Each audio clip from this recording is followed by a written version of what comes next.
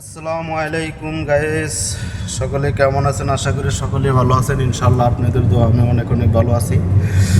আজকে ডিউটিতে আসলাম, সকালবেলা খাইনি, কিছু না খেয়ে আসছি, তাই এখন ডিউটির থেকে অফিসের গাড়ি নিয়ে চলে আসলাম আল বাইক রেস্টুরেন্টে। আসার পর ওই যে আমাদের ড্রাইভারকে নিয়ে আসলাম, মামুকে নিয়ে আসলাম সাথে করে এসে আল বাইক নেওয়ার জন্য। আল বাইক অনেক অনেক অনেক খিদা লাগছে, যা বলার মতো না। এখন বেলা বাজতেছে 2টা।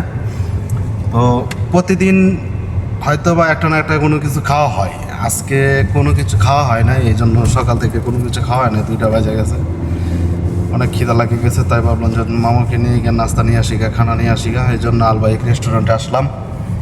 আইসা এখন এই খানা নিয়ে চলে যাচ্ছি, আবার অফিসে যাব, তারপরে খানা দানা খাবো, তারপর আবার ডিউটি করতে হবে, কাজ করতে হবে। কাজ শেষ হবে 5টার দিকে, 5টার দিকে কাজ শেষ করে রুমে যাব। আবার মানে কাজের কোনো শেষ নাই, এক কথায় বলতে গেলে কাজের কোনো শেষ নাই ভাই। এটা সৌদি আরব, কাজ করলে টাকা পাবেন, কাজ না করলে টাকা পাবেন না। মানে এই হলো অবস্থা, কি বলবো বলেন, মানে খুবই বাজে অবস্থা আর কি। আর বর্তমানে সৌদি আরবের অবস্থা তেমন একটা ভালো না, ভালো দেখি না, ভালো প্রয়োজনও করে না। খালাস যেমন আছে এমনি থাকতে